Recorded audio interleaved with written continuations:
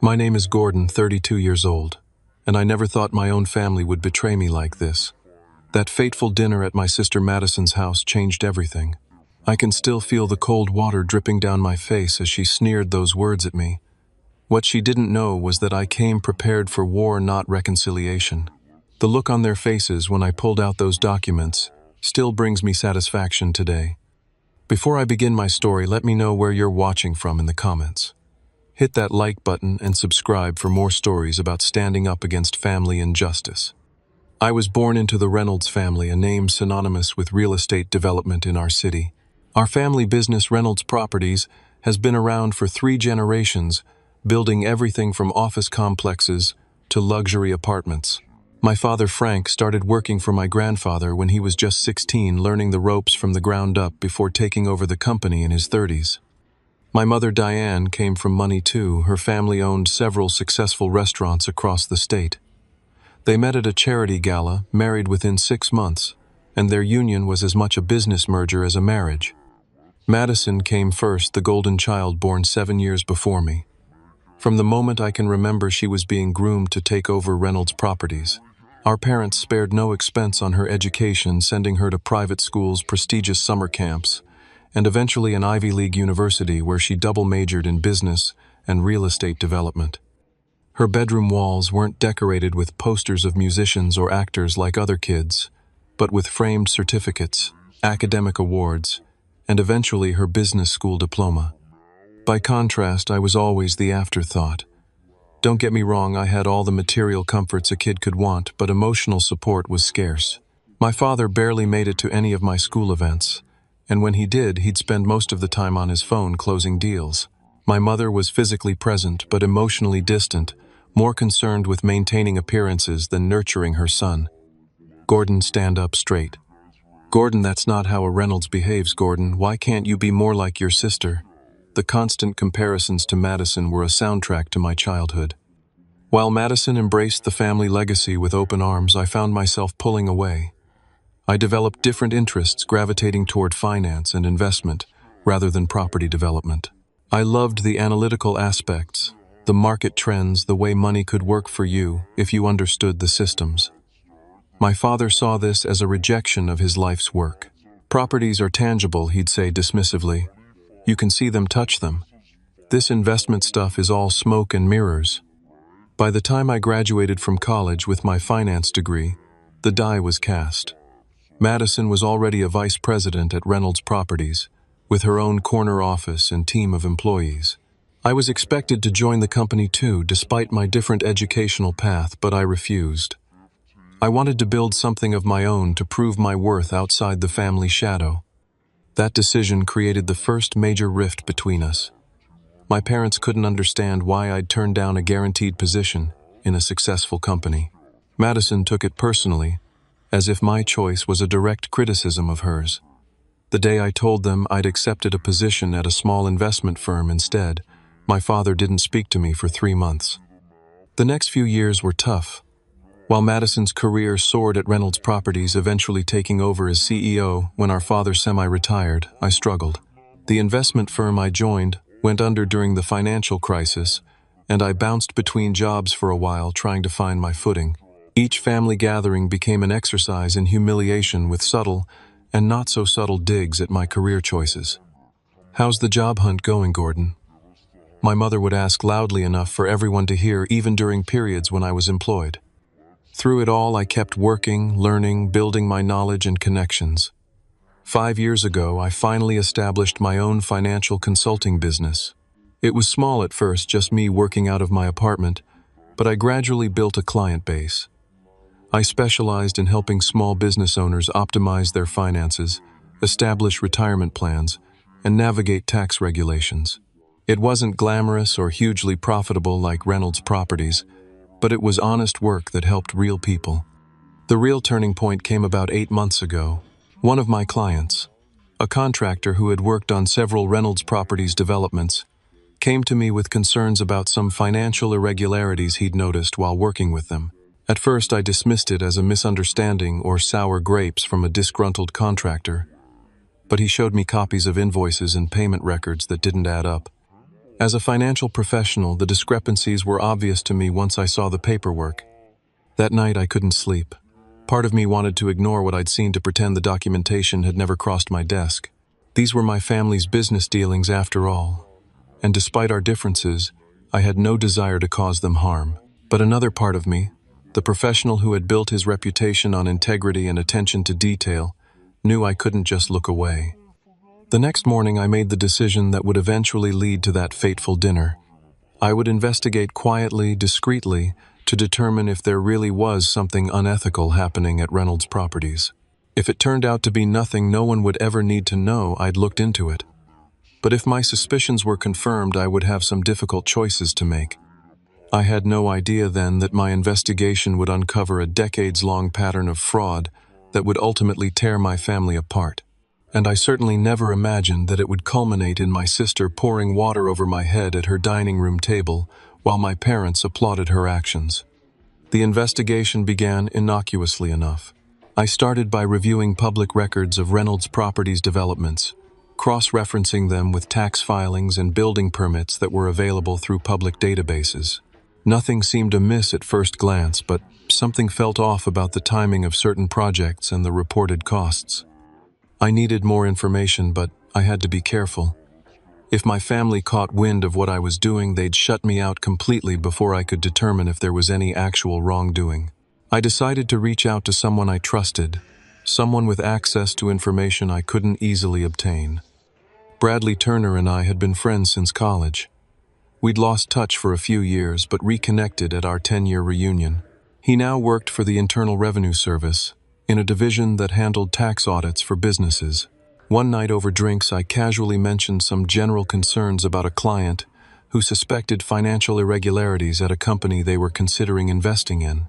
"What kind of irregularities are we talking about?" Bradley asked, swirling his whiskey. I described some of the patterns I'd observed in Reynolds Properties' public filings, careful not to name the company. Bradley's expression grew serious. "That sounds like potential tax fraud, Gordon. If your client has evidence, they should report it. But what if it's a family business? What if reporting it means destroying relationships that can never be repaired?" Bradley studied my face for a long moment before setting down his glass. "This isn't about a client, is it? This is about Reynolds Properties." I couldn't lie to him. I nodded slowly. "Jesus, Gordon. Your family's company." He ran a hand through his hair. "Look, I can't officially help you investigate your family. That would be a massive conflict of interest and probably illegal. But I can tell you what to look for. What documents would provide conclusive evidence if there really is fraud happening?" Over the next few weeks, Bradley educated me on common tax evasion schemes used in real estate development. Armed with this knowledge, I began digging deeper. I contacted former employees of Reynolds Properties under the guise of networking, carefully steering conversations toward company practices. Most were hesitant to say anything negative, but a few dropped hints about questionable accounting methods. I spent countless nights hunched over my laptop, cross-referencing data, following paper trails and documenting everything meticulously. The more I uncovered, the more disturbed I became. Reynolds Properties had been systematically underreporting income and inflating expenses for at least 15 years. They had created shell companies to hide assets and avoid taxes. They had bribed building inspectors to overlook code violations. And Madison, my perfect older sister, wasn't just complicit, she was an architect of much of the fraud. One particularly revealing discovery came from a former bookkeeper who had been fired 3 years earlier. She contacted me after hearing through mutual connections that I was asking questions about the company's financial practices. "They fired me because I refused to falsify records," she told me. Over coffee, her hands shaking slightly as she slid a flash drive across the table. I kept copies of the real books and the altered ones. I always knew someday someone would need to see them. The evidence on that drive was damning. It showed millions of dollars in unreported income, systematic tax evasion, and what appeared to be money laundering through various shell corporations. My father's name was all over the older documents, but in more recent years, Madison's signature appeared with increasing frequency. As the evidence mounted, I found myself facing an impossible moral dilemma. Should I confront my family directly, giving them a chance to explain or make amends?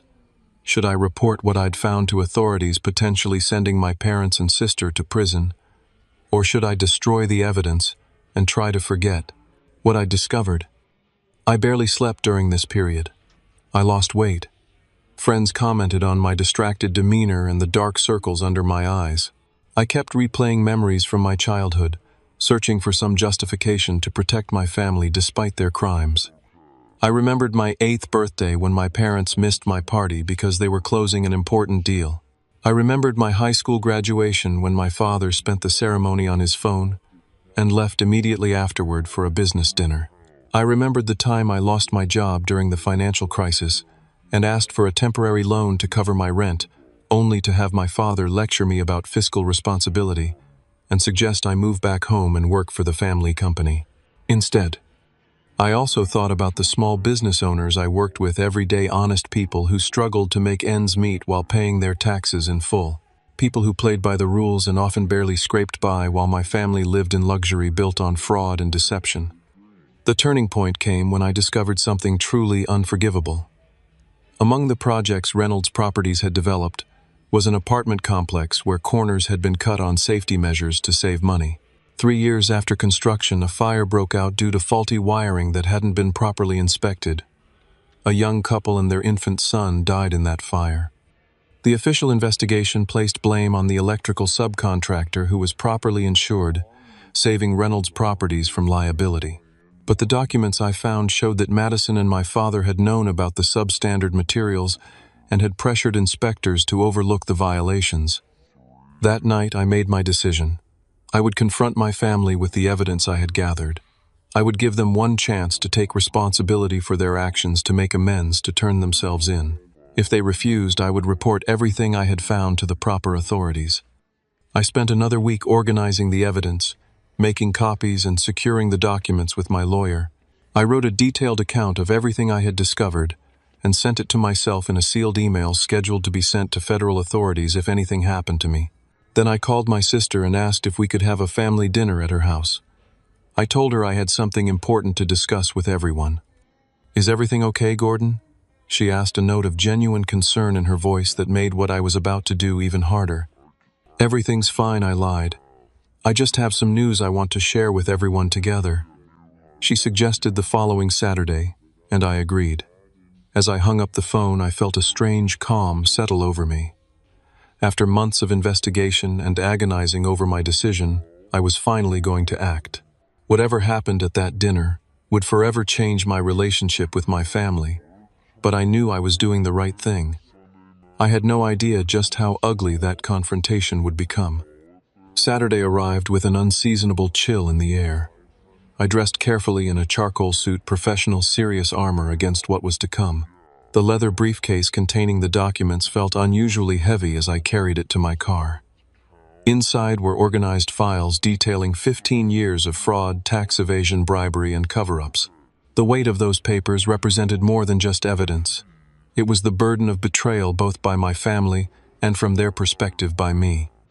Madison lived in a sprawling colonial in the most exclusive neighborhood in town. The house was a testament to Reynolds Properties' success, with its manicured lawn, circular driveway, and imposing columns flanking the entrance. As I pulled up, I noticed my parents' Mercedes already parked in the driveway. They were always punctual, a business practice my father had turned into a family virtue. I sat in my car for a few extra minutes, rehearsing what I would say, how I would present the evidence, how I would respond to their inevitable anger and denials. My hands were shaking slightly as I picked up the briefcase and walked to the door. Madison answered my knock with a smile that seemed genuinely warm. She wore an elegant black dress, hair, perfectly styled makeup, flawless as always. The picture of success and sophistication. "Gordon, come in, come in. Mom and Dad are already in the living room having drinks." She hugged me, and I forced myself to return the embrace, feeling like the worst kind of Judas. For a fleeting moment, I considered turning around, getting back in my car and driving away, destroying all the evidence and pretending I'd never discovered the truth. But the memory of that young family who had died in the fire strengthened my resolve. Madison's home was a showcase designed to impress with its soaring ceilings, marble floors, and tasteful artwork. Everything gleamed with polish and privilege. I followed her through the foyer into a spacious living room where my parents sat on a cream-colored sectional sofa, drinks in hand. My father stood as I entered his 6-foot frame, still imposing despite his 68 years. His handshake was firm, businesslike. "Son," he said with a nod. "Not good to see you, or how have you been?" Just son, an acknowledgement of biological connection without warmth. My mother was more demonstrative, rising to kiss my cheek, her expensive perfume enveloping me momentarily. "Gordon, darling, you look thin. Are you eating properly?" The question wasn't really about my well-being. It was a subtle dig, implying I couldn't properly care for myself, that my life choices had led to some kind of deprivation. "I'm fine, Mother. Just been busy with work." Oh, my father perked up at this. "Business picking up finally. Those small clients of yours actually paying decent fees now." The dismissive tone was familiar, but knowing what I now knew about how Reynolds Properties had built its wealth made it even more galling. I swallowed my irritation. "My practice is doing well, yes." "What can I get you to drink?" Madison interrupted, playing the perfect hostess. "Just water, thanks. I want to keep a clear head tonight." My father raised an eyebrow at this, but said nothing.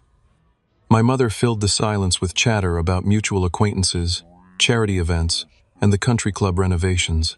I nodded at appropriate intervals, my mind elsewhere, the briefcase resting against my leg like a live thing. After what seemed like an eternity of small talk, Madison announced dinner was ready. We moved into the formal dining room where a table that could comfortably seat 12 was set for our small family of 4. Crystal glasses, fine china, and sterling silver utensils gleamed under a chandelier that probably cost more than my annual income. The first course was served a delicate butternut squash soup that I barely tasted. The conversation continued to drift around superficial topics, everyone carefully avoiding anything substantive. This was typical of our family gatherings: maintain appearances, keep things pleasant on the surface, never dig too deep into feelings or concerns. "So Gordon," my father said, as the main course was served, "Madison mentioned you had some news to share. A new client, perhaps? Or have you finally met someone worth introducing to the family?" The moment had come sooner than I expected. I placed my fork down carefully beside my barely touched filet mignon. "Actually, it's about Reynolds Properties." The air in the room shifted immediately. My mother's hand froze halfway to her wine glass. Madison's eyes narrowed slightly. My father's expression hardened. "What about the company, Madison?" asked, her voice carefully controlled. "I've been doing some research," I began, choosing my words carefully. "Looking into the company's financial practices, its tax filings, its building safety records." "Why would you be investigating our company?" My father's voice was dangerously quiet. I met his gaze steadily. "It started with some discrepancies that were brought to my attention by a contractor who worked with Reynolds Properties. The more I looked into it, the more problems I found." Madison laughed, but it sounded forced. "Oh, Gordon, always the dramatic one. If you had concerns, why didn't you just ask me, or Dad? Why go sneaking around behind our backs? Would you have told me the truth? About the tax evasion, the bribes to building inspectors, the shell companies used to hide assets?" With each question, I watched their faces. My mother paled. My father's jaw tightened. Madison's smile became fixed, unnatural. "I don't know what you think you found," my father said, "but you're clearly confused. Reynolds Properties is run with the highest ethical standards." "Is that so?" I reached for the briefcase by my feet. "Because I have documentation that suggests otherwise. 15 years of evidence showing systematic fraud." Madison stood abruptly, her chair scraping loudly against the hardwood floor. "I think you should leave, Gordon. This is beyond inappropriate." "I'm not leaving until we discuss this," I insisted, keeping my voice level. "I'm giving you a chance to explain, to make this right." "Make what right?" "Some imagined crimes you've invented because you're jealous of our success." Madison's voice rose. "You've always resented me, resented Dad because you couldn't measure up." "This isn't about jealousy, Madison. It's about criminal behavior that has hurt people, real people." I turned to my father. "Like the Carson family who died in the fire at the Westview Apartments because you cut corners on electrical work." My mother gasped. My father's face went from red to white in an instant. "You have no idea what you're talking about," he whispered. "I have copies of the original inspection reports before they were altered. I have emails between you and Madison discussing how to pressure the inspector to overlook the violations. I have everything, Dad." Madison walked around the table toward me, her movements stiff with rage. "Who do you think you are? You contribute nothing to this family, yet you sit in judgment of us. We built something magnificent while you floundered from one mediocre job to another." I stayed seated, forcing myself to remain calm despite my racing heart. "I built something honest. Can you say the same?" That's when it happened. Madison picked up a crystal pitcher of ice water from the table and poured it directly over my head. The cold was shocking water streaming down my face, soaking my suit, dripping onto the polished floor. "You have 5 minutes to leave my house," she hissed, her face inches from mine, distorted with fury. To my astonishment, my parents began to applaud. My father actually smiled, nodding in approval at Madison's action. My mother joined in, clapping delicately, as if at a theater performance. "Well done, Madison," my father said. "It's about time someone put him in his place." I sat there, water dripping from my hair, my expensive suit ruined, facing the united front of my so-called family. In that moment, any remaining doubts I had about what I needed to do vanished completely. The water was ice cold against my scalp, trickling down my spine and soaking through my shirt. Time seemed to slow, as droplets fell from my chin onto the pristine tablecloth, each one a small punctuation mark in this unfolding family drama. I could feel their eyes on me, expecting me to storm out in humiliation, or perhaps to explode in anger, giving them more ammunition to dismiss me as unstable and unreliable. I did neither. Instead, I calmly reached for a cloth napkin and methodically dried my face, maintaining eye contact with Madison the entire time. The smug satisfaction in her eyes began to falter slightly at my composed reaction. This wasn't the script she had written for this confrontation. "Is this how the mighty Reynolds family handles criticism?" I asked quietly, my voice steady, despite the adrenaline coursing through my veins. "With childish tantrums and physical aggression, how professional." "You dare talk to us about professionalism when you've been sneaking around spying on your own family?" Madison's voice rose an octave, the control she prided herself on starting to slip. My father stood now, pointing a finger at me. "Your sister is right. You have no right to come into our homes, eat at our table, and then accuse us of crimes. If you have such disdain for how Reynolds Properties operates, you should have just stayed away entirely. That's rich, coming from you, Dad. You're the one who taught me about the importance of integrity. Remember, all those lectures about how a man's word is his bond, how reputation is everything in business." I shook my head, water droplets flying from my still-soaked hair. Was it all just talk, or did those principles only apply to everyone else, not to the almighty Reynolds family? My mother, who had remained largely silent until now, suddenly spoke up. "Gordon, darling, I think you're working too hard. Perhaps you're having some sort of breakdown. We can get you help, the best doctors." "I don't need doctors, Mother," I interrupted. "What I need is for my family to take responsibility for their actions." Madison laughed, a harsh, brittle sound. "Responsibility? That's rich coming from you. When have you ever taken responsibility for your failures? Always blaming us because you couldn't hack it in the real business world." "Madison's right," my father chimed in. "We offered you everything: education, opportunities, connections, and you threw it all away because your ego couldn't handle working under your sister. And now you come here with these ridiculous accusations. This is nothing but petty revenge." I looked at each of them in turn, these people who shared my blood but were suddenly strangers to me. The realization was both painful and freeing. They would never acknowledge what they had done. They would never change. They would continue to justify their actions, to believe themselves above the law, above common decency. 5 minutes, Gordon, Madison reminded me, glancing ostentatiously at her watch. "The clock is ticking." That's when I reached for my briefcase. The leather was cool and smooth under my fingers as I placed it on the table and clicked open the locks. The sound was crisp, definitive in the tense silence of the dining room. Actually, I said, pulling out a thick stack of neatly organized documents, you're the ones running out of time. The atmosphere in the room shifted immediately. My mother's smug smile faltered. My father's face, flushed with anger just moments before, began to pale. Madison took an involuntary step back. "What is this?" she demanded, but I could hear the first note of uncertainty in her voice. I spread the documents on the table, careful to avoid the water puddles from Madison's little display. "This is 15 years of evidence documenting tax fraud, bribery, money laundering, and criminal negligence. Every transaction, every false report, every bribed official, all meticulously documented and cross-referenced." I turned to a specific page and pointed.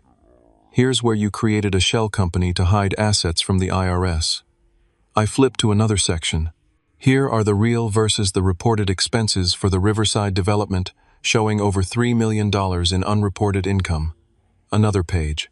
"And here's the smoking gun emails between you and Dad discussing how to falsify inspection reports for the Westview Apartments, the building where the Carson family died." "Those are confidential company documents," my father spluttered. "You had no right." "I had every right as a citizen to report criminal activity," I cut him off. "And as your son, I had every moral obligation to give you a chance to come clean before I turned these over to the authorities." Madison lunged for the papers, but I was quicker, sliding them back into the briefcase and snapping it shut. "I have copies, of course. Multiple copies stored in various secure locations. My lawyer has a complete set with instructions to release them to the FBI, the IRS, and the district attorney's office if anything happens to me." "You're bluffing," Madison said, but the tremor in her voice betrayed her uncertainty. I smiled for the first time that evening, a cold, humorless smile that felt foreign on my face. "Am I? You really want to test that theory? Because copies of these documents are scheduled to be delivered to the authorities tomorrow morning, unless I personally cancel that delivery. So yes, Madison, you're right about one thing: time is running out. But not for me." I stood, briefcase in hand water, still dripping from my ruined suit. "You've only got about 5 minutes left to pray that I might change my mind. But given the welcome I've received here tonight, I wouldn't count on divine intervention." The color had drained completely from my mother's face. My father, the man who had loomed so large throughout my childhood, suddenly looked small, diminished by the weight of his exposed crimes. "You wouldn't do this to your own family," he said, but it sounded more like a plea than a statement. "You stopped being my family long before tonight," I replied, surprised by how little emotion I felt saying those words. "A real family supports each other, respects each other, holds each other to a higher standard. What we have is a biological connection and a shared last name, nothing more. Gordon, please." My mother finally spoke, her voice barely above a whisper. "Think about what this will do to us, to the Reynolds name." "I have thought about it, Mother. For months I've thought about nothing else, and I've decided that the truth matters more than protecting people who have shown me nothing but contempt, who have built their fortune on lies and the suffering of others." Madison, always quick to recover, switched tactics. Her face softened, and she took a step toward me, hand outstretched. "Gordon, let's talk about this reasonably. I'm sure we can come to some arrangement that satisfies everyone. There's no need to do anything rash." I recognized the expression. It was the same one she used when negotiating with contractors, a calculated blend of charm and implied threat. It might have worked on someone who hadn't grown up watching her perfect this technique. "An arrangement," I repeated. "You mean a bribe? That's your solution to everything, isn't it? Throw money at problems until they go away." "But I'm not for sale, Madison. Not everyone can be bought." "Name your price," my father interjected, businessman to the end. "Everyone has one." I looked at him with something approaching pity. "That's where you're wrong, Dad.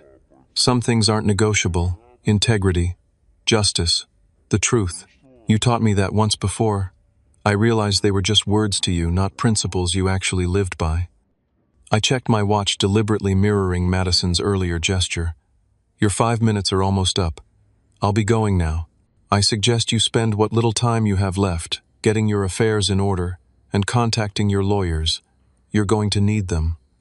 And with that, I turned and walked toward the door, half expecting someone to try to stop me physically. But no one moved. The silence behind me was absolute, broken, only by the soft sound of my mother beginning to cry. As I reached the foyer, Madison finally found her voice again. "You'll regret this," she called after me, a desperate edge to her words. "When this is all over, you'll have nothing and no one. You're dead to us. Do you hear me? Dead?" I paused at the front door and looked back at them one last time. My father standing rigid with shock and fury, my mother collapsed in a chair with tears streaming down her face, Madison trembling with rage. "I've been dead to you for years," I said quietly. "The difference is now I know it." Then I walked out into the cool night air, climbed into my car, and drove away from the house, the family, and the lies that had defined my life for too long. I felt neither triumph nor sadness, just a profound exhaustion and the certainty that I had crossed a point of no return.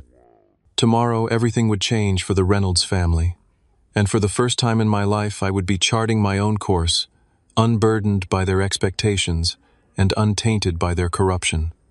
The next 24 hours passed in a blur. True to my word, I didn't cancel the delivery of documents to the authorities.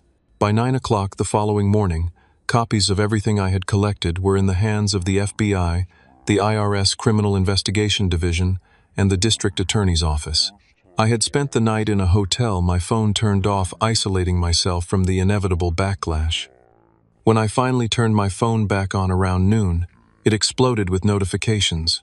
27 missed calls from Madison, 15 from my father, 12 from my mother, dozens of text messages ranging from threats to desperate pleas for a meeting. I deleted them all without reading beyond the previews. There was also a voicemail from Bradley at the IRS. "Gordon, what the hell have you done? The office is buzzing about a major case just opened against Reynolds Properties. Call me as soon as you can." I didn't call him back. Not yet. I needed time to process what was happening, to prepare myself for the storm that was about to break over my life. I checked out of the hotel and drove to a small coffee shop on the other side of town, someplace my family would never think to look for me. I had just ordered when my phone rang with an unknown number. Against my better judgment, I answered. "Mr. Reynolds, this is Special Agent Carla Martinez with the FBI. We've received your documentation regarding Reynolds Properties and would like to meet with you as soon as possible." The meeting was set for 3 o'clock that afternoon. I arrived at the federal building 15 minutes early, clutching a briefcase containing the original documents. Security was tight, and I felt strangely exposed as I was escorted to a conference room on the 4th floor. 3 people waited for me. Special Agent Martinez from the FBI, a stern-faced man who introduced himself as Richard Thornton from the IRS Criminal Investigation Division, and Assistant District Attorney James Wilson. They asked me to walk them through everything I had discovered, interrupting occasionally with clarifying questions. I spoke for nearly 2 hours, my throat going dry, as I laid out the extent of my family's crimes. "You understand that this will likely result in criminal charges against your father, your sister, and possibly your mother as well, Ada?" Wilson asked when I had finished. "Yes," I said simply. "And you're prepared to testify against them, if necessary?" I hesitated only briefly before nodding. "Yes." Agent Martinez studied me with a mixture of respect and suspicion. "May I ask why you've chosen to come forward now, Mr. Reynolds? These activities have been going on for 15 years by your own account." "I only discovered the extent of it recently," I explained. "Once I knew I couldn't be complicit by remaining silent." "Even though it's your own family?" Thornton asked. "Especially because it's my family," I replied. "They taught me about responsibility and integrity, then failed to live up to those values themselves. Someone had to hold them accountable." They nodded, seemingly satisfied with my answer. As the meeting concluded, Martinez handed me her card. "There will be significant blowback from this, Mr. Reynolds. If you receive any threats or feel unsafe in any way, call me immediately." I hadn't even reached my car when my phone rang again. This time it was my lawyer, Michael Prescott. "Gordon, I just got a call from Lawrence Deming." Deming was my father's attorney, a shark in an expensive suit who had represented Reynolds Properties for decades. "They want to arrange a meeting. Tonight, if possible." "What for?" "They claim they want to discuss a resolution that would benefit all parties." I strongly advised against meeting without me present. I considered this for a moment. Set it up, but I choose the location, and you'll be there. We agreed on Michael's office at 8 o'clock that evening. I spent the intervening hours in a state of hypervigilance, jumping at every sound, checking my rearview mirror constantly as I drove around the city with no particular destination in mind. I wasn't sure if I was more afraid of confronting my family again, or of being alone with my thoughts. 8 o'clock arrived with brutal swiftness. I arrived at Michael's downtown office to find my father's black Mercedes and Madison's Range Rover already parked outside. Michael met me in the lobby, his expression grave. They brought the heavy artillery, he warned me. Lawrence Deming and Patricia Schultz. Schultz was one of the top criminal defense attorneys in the state, known for representing white-collar criminals. They've been here for 15 minutes already, trying to intimidate me with legal jargon and thinly veiled threats. Let them try, I said, with more confidence than I felt. The conference room was tense with unspoken hostility when we entered. My father sat at the far end of the table, looking older than I had ever seen him. Madison sat to his right, her face a mask of controlled fury. Their attorneys flanked them like bodyguards. Gordon, my father, acknowledged me with a curt nod. I took a seat opposite them, Michael beside me. Let's skip the pleasantries, I said. Why did you want this meeting? Lawrence Deming cleared his throat. My clients believe there's been a serious misunderstanding. The documents you've provided to authorities have been taken out of context or misinterpreted. I laughed without humor. Is that the defense you're going with? Good luck explaining the shell companies and falsified inspection reports as a misunderstanding. Gordon Madison leaned forward, her voice honeyed with fake sincerity. We're your family. Why are you doing this to us? I think the water you poured over my head last night answered that question pretty definitively, don't you? Her smile faltered. I was upset. You blindsided us with those accusations, which you knew were true. Mr. Reynolds, Patricia Schultz interjected smoothly. What exactly do you hope to accomplish with these allegations? Surely destroying your family's company and reputation isn't your goal. My goal is justice, I replied simply. For the people who died in that fire. For the taxpayers who picked up the slack while Reynolds Properties evaded millions in taxes. For everyone who played by the rules while my family decided they were above them. My father slammed his hand on the table. Enough of this sanctimonious garbage. You want money, fine. Name your price. 10 million. 20. We can make it happen tonight. Wire the funds to any account you specify. Just call off the dogs and hand over all copies of those documents. Michael started to speak, but I raised a hand to stop him. I stared at my father, this man who had loomed so large in my imagination for my entire life, and felt nothing but pity. You still don't get it, do you? This isn't about money. It was never about money. Then what Madison demanded. Revenge, because we didn't praise you enough, because the company went to me instead of you.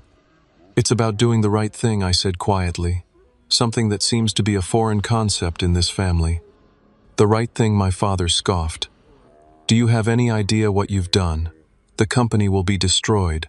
Hundreds of employees will lose their jobs. Our family name will be ruined forever. Is that your idea of right? You did this, not me, I countered. Every time you bribed an inspector, every time you falsified a tax return, every time you chose profit over safety, you're the architects of this disaster, not me. The meeting devolved quickly after that. Threats were made legal and otherwise. Madison called me every name she could think of. My father alternated between rage and attempted manipulation. Their attorneys tried repeatedly to steer the conversation towards some kind of settlement. Through it all, I remained calm, refusing to engage with their emotions or to consider any deal that would involve withdrawing the evidence. After an hour of getting nowhere, they finally gave up. As they gathered their things to leave, my father paused beside my chair. You're no longer my son, he said, his voice low and trembling with rage. If I pass you on the street, I won't acknowledge you. If you're dying in a hospital, I won't visit. You are dead to this family from this moment forward. I looked up at him, this stranger who had given me life but little else. I can live with that, I said. They filed out of the room, Madison pausing at the door to deliver a parting shot. You think you've won, but you've lost everything, Gordon. When this is all over, you'll have nothing and no one." After they left, Michael poured us each a generous whiskey from the bottle he kept in his credenza. "You okay?" he asked, concern evident in his voice. I considered the question carefully before answering. "No," I admitted, "but I will be." That night alone in my apartment, I finally allowed myself to feel the full weight of what I had done. The grief hit me in waves, not for the relationships I had lost, which had been broken long before this confrontation, but for the family I had never really had. For the father who had never seen my worth, the mother who had never truly known me, the sister who had viewed me as competition rather than kin. I cried until there were no tears left, then fell into an exhausted sleep, still wearing my clothes. When I woke the next morning, something had shifted inside me. The grief was still there, but alongside it was a strange, fragile sense of freedom. For the first time in my life, I was completely untethered from the Reynolds legacy, from their expectations and judgments. I was alone, yes, but I was also finally free. The aftermath unfolded with the inexorable logic of a mathematical proof. Actions had consequences, and my family's actions had finally caught up with them. 3 days after I provided the evidence to authorities, the FBI and IRS conducted simultaneous raids on the Reynolds Properties headquarters and 3 other locations, including my parents' home and Madison's house. The local news carried footage of agents carrying out boxes of documents and computers, while reporters speculated about the nature of the investigation.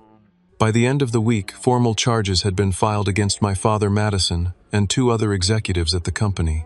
The list was extensive: tax fraud, money laundering, wire fraud, bribery of public officials, and criminal negligence resulting in death. My mother was named as a person of interest, but not immediately charged. The story dominated local media and even made national business news. "Reynolds Properties empire crumbles amid fraud allegations," read one headline. "Family whistleblower exposes years of corporate corruption," proclaimed another. I stopped reading after the first few days.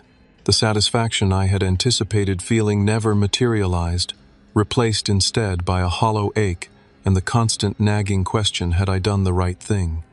The personal fallout was immediate and severe. My phone became a weapon deployed against me, delivering venomous messages from extended family members who blamed me for destroying the family legacy. Cousins I had grown up with blocked me on social media. My mother's sister called me in tears, asking how I could do this to my own blood. I had no answer that would satisfy her or anyone else who saw my actions as betrayal rather than justice. Even more difficult were the calls from Reynolds Properties employees, people whose livelihoods were now in jeopardy. Some were understanding, acknowledging that the company's leadership had brought this on themselves. Others were furious, seeing me as the villain who had endangered their jobs out of spite or jealousy. One call in particular haunted me. Lisa Parker had been my father's assistant for 20 years. I had known her my entire life. She had sent me birthday cards every year, even during periods when my father and I weren't speaking. "I always thought you were different, Gordon," she said, her voice tight with emotion. "I defended you when your father complained about your choices, and now I find out you've been working against us all this time." "Not against you, Lisa," I tried to explain. "Against the illegal activities, the fraud, the lies." "Save it," she cut me off. "I'm 58 years old. Do you know how hard it is to find a new job at my age? The company is in chaos. They're talking about layoffs. Where am I supposed to go?" I had no answer for her. The truth was, I hadn't fully considered the collateral damage my revelations would cause. In my righteous determination to expose my family's crimes, I had overlooked the innocent people who would be caught in the crossfire. The isolation grew more profound with each passing day. Friends who had been close suddenly became unavailable. Business associates found reasons to cancel meetings or referred me to colleagues. Even my small client base began to dwindle as news of my involvement in the Reynolds scandal spread. I began to wonder if Madison had been right. Perhaps I had won the battle but lost everything else that mattered. The victory felt increasingly Pyrrhic as the weeks passed, and the legal proceedings against my family ground forward at an agonizingly slow pace. The lowest point came about 6 weeks after that fateful dinner. I was grocery shopping late one night, trying to avoid running into anyone I knew, when I rounded an aisle and came face to face with my mother. She looked terrible, her normally perfect appearance disheveled, dark circles under her eyes. She froze when she saw me, her hand tightening on her shopping cart. For a moment I thought she might speak to me, might offer some word of reconciliation or at least acknowledgement. Instead, she turned her cart around and walked away without a word, as if I were a stranger, or worse, completely invisible. I abandoned my half-filled cart and drove home in a daze. That night, for the first time since I was a teenager, I seriously considered drinking myself into oblivion. The bottle of scotch on my kitchen counter beckoned with promises of temporary escape from the crushing weight of isolation and doubt. Instead, I called the one person who had reached out to me since the scandal broke, Elizabeth Chen, a former classmate who now worked as an ethics professor at the local university. She had emailed me a week after the news broke, simply saying, "What you did took immense courage. If you ever need to talk, I'm here." Elizabeth answered on the third ring despite the late hour. "Gordon, is everything okay?" "No," I admitted. "I'm not okay. I'm starting to think I made a terrible mistake." "Why don't you come over?" she suggested. "I'll put on some coffee." Elizabeth's small apartment was warm and cluttered with books, a stark contrast to the sterile perfection of my family's homes. She listened without interruption as I poured out my doubts, my guilt about the employees who might lose their jobs, my increasing isolation, and the crushing weight of being cast out from my family. When I finally ran out of words, she was quiet for a long moment. "Gordon, did you know that whistleblowers almost always go through what you're experiencing? The isolation, the doubt, the questioning of their own actions. There's even research on it. They call it whistleblowers remorse. So I'm just another statistic." She smiled gently. "No, you're a human being grappling with an incredibly difficult ethical choice. Look, I can't tell you if what you did was right or wrong in some absolute sense. Ethics rarely deals in absolutes.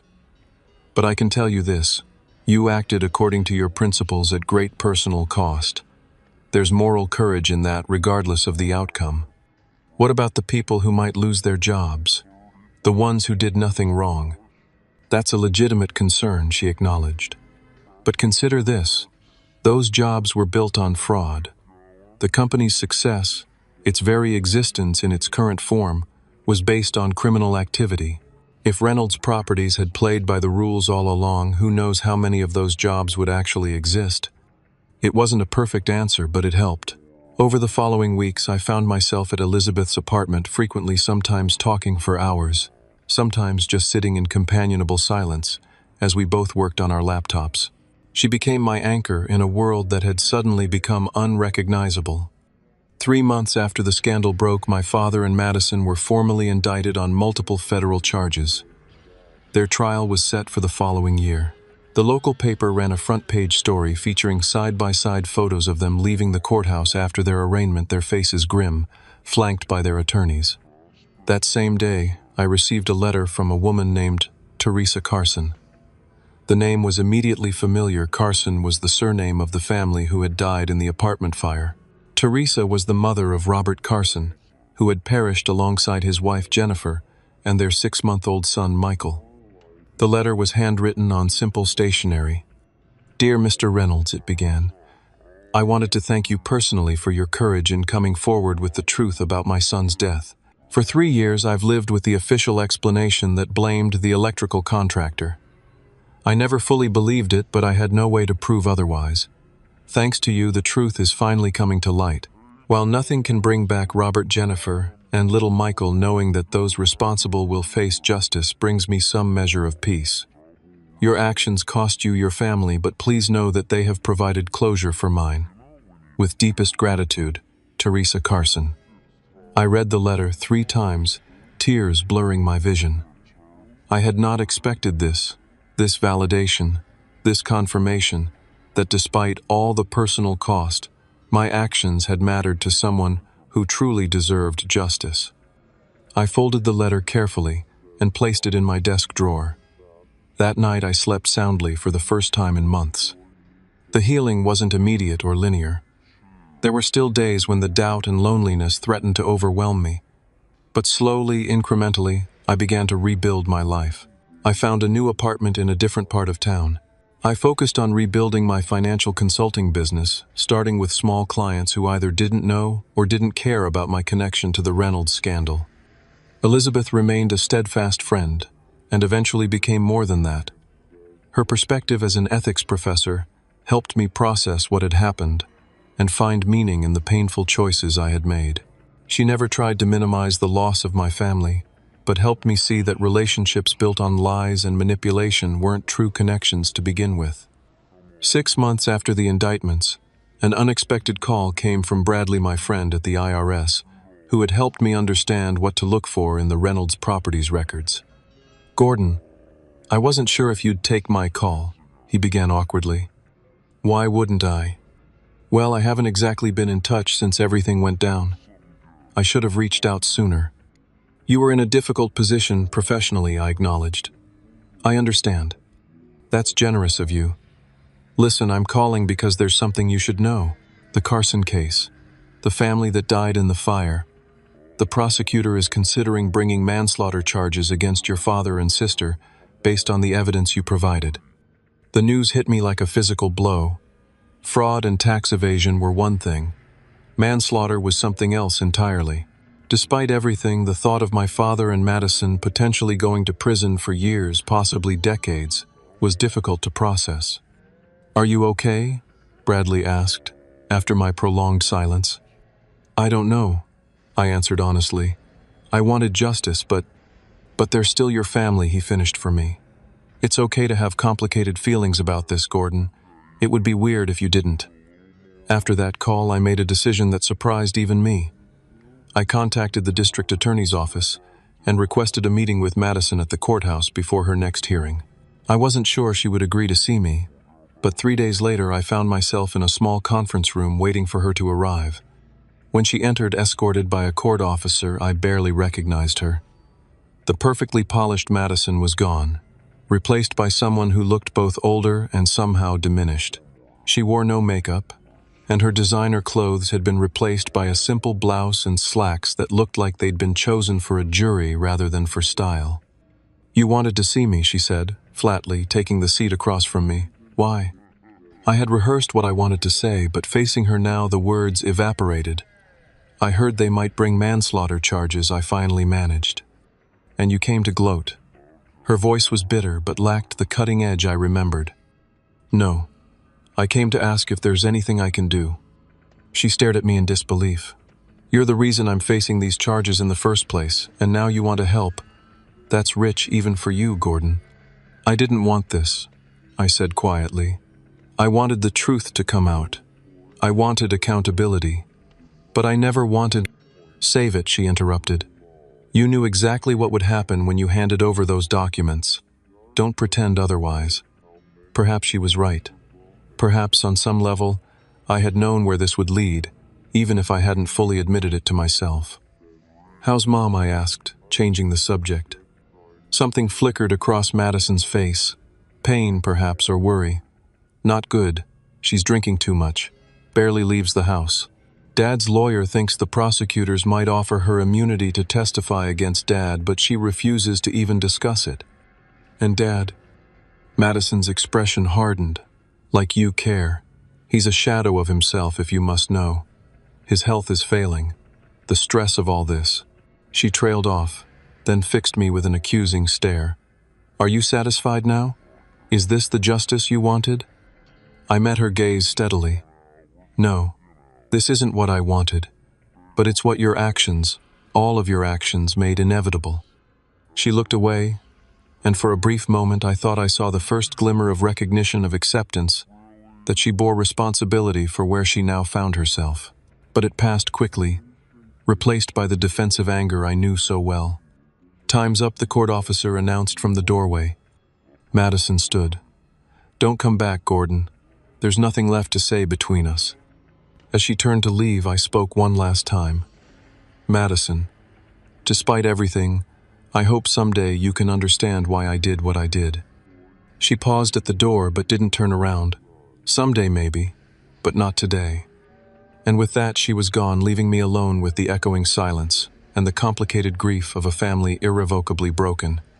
2 years have passed since that fateful dinner at Madison's house, when a pitcher of cold water became the catalyst for a complete transformation of my life. The legal proceedings against my family finally concluded 6 months ago. My father, at 70 years old, was sentenced to 8 years in federal prison for fraud, tax evasion, and negligent homicide. Madison received 5 years, a lighter sentence, reflecting her cooperation with prosecutors in the later stages of the investigation. My mother avoided jail time through a plea agreement but was placed under house arrest for 2 years and ordered to pay substantial restitution. Reynolds Properties no longer exists. The company was dissolved, its assets sold to pay fines, legal fees, and restitution to victims, including the families of those who died in the apartment fire. Many employees lost their jobs, though some were hired by the companies that purchased various Reynolds properties and development projects. As for me, I've built a new life from the ashes of the old one. My financial consulting business has slowly rebounded with a new focus on helping small businesses maintain ethical practices while navigating complex regulations. I've even hired a few former Reynolds Properties employees who had nothing to do with the fraudulent activities, including Lisa Parker, my father's former assistant, who now manages my office with characteristic efficiency. Elizabeth and I married last spring in a small ceremony attended by a handful of friends who stood by me during the darkest days. Bradley was my best man. We bought a modest house in a quiet neighborhood, nothing like the ostentatious mansions my family once occupied, but it's filled with warmth and genuine connection, something I never truly experienced growing up. The journey to this point hasn't been easy or straightforward. There were months of depression following the trial periods, when I questioned everything about my decision to expose my family's crimes. The isolation was at times nearly unbearable. Former friends and business associates who abandoned me during the scandal occasionally reappear now, usually with awkward explanations about giving me space or not knowing what to say. I accept their overtures politely, but keep them at arm's length. The crisis revealed who was truly in my corner, and those are the relationships I now cherish. The most unexpected development came 6 months ago when I received a letter from Madison. She had been in prison for a year and a half by then, and we hadn't communicated since our courthouse meeting. The letter was tentative, almost hesitant, so unlike the confident, brash sister I had known. "I've had a lot of time to think in here," she wrote. "About the company, about our family, about what led us to this point. I was angry at you for so long, Gordon, furious that you had destroyed everything we built. But lately I've been asking myself if what we built was worth preserving. The more I reflect on it, the more I realize that Dad created a culture where cutting corners and breaking rules was normalized, expected even. And I followed his example without question. That doesn't excuse what I did, what we all did, but I think I'm finally beginning to understand why you couldn't be part of it." After several exchanges of letters, I decided to visit her at the minimum security facility where she was serving her sentence. It was a strange, emotional reunion. The prison setting stripped away all the trappings of wealth and status that had defined our relationship for so long. Sitting across from each other in the visitors' area, we were just two people trying to make sense of a shared past and very different presents. "I never thought I'd say this," Madison told me during that visit, "but in some ways you did me a favor. Not the prison part, obviously." She gave a wry smile. "But being forced to step off the hamster wheel to reevaluate everything I thought was important, I don't think I would have done that voluntarily." "And what have you concluded?" I asked. She looked down at her hands, the manicured nails of her former life now plain and short. "That success without integrity is just an elaborate lie. That I was so focused on winning Dad's approval that I lost sight of who I actually wanted to be. That maybe when I get out of here I can build something new that I can be genuinely proud of. We're not close, Madison and I, and may never be. Too much has happened.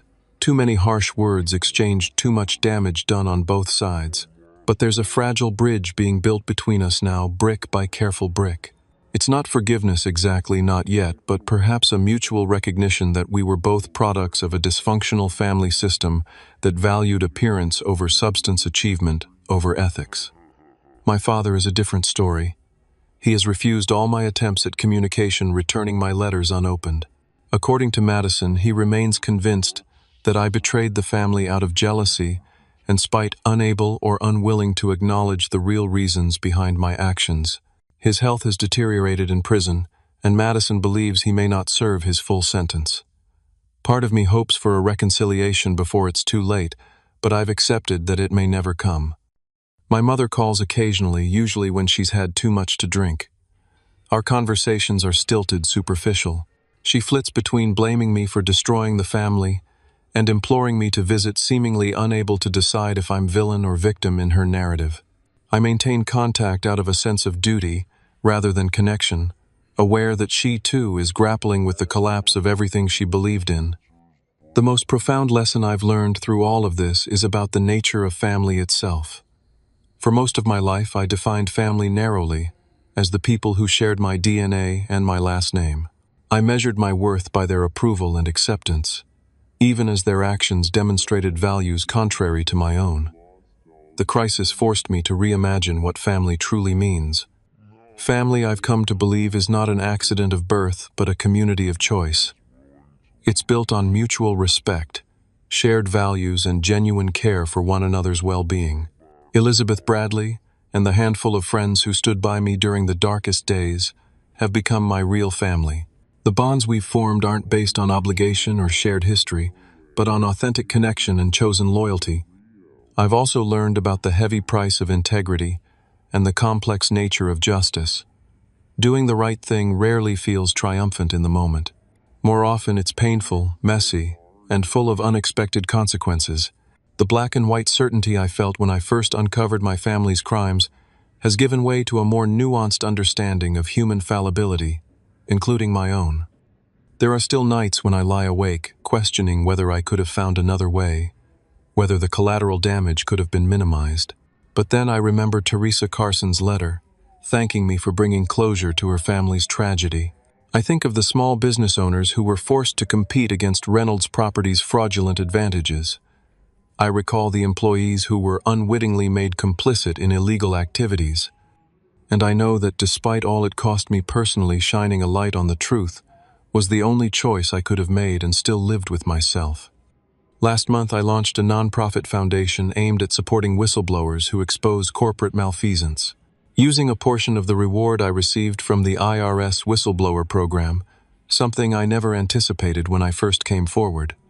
The foundation provides legal assistance, counseling, and financial support to those who risk everything to stand up for what's right. It's my way of creating meaning from the pain of ensuring that something constructive emerges from the ashes of my family's downfall. Sometimes I think back to that moment at Madison's dining table, water dripping from my hair, faced with the united contempt of my family. I remember the cold fury I felt as I pulled out those documents and said those words, "You've only got 5 minutes left to pray."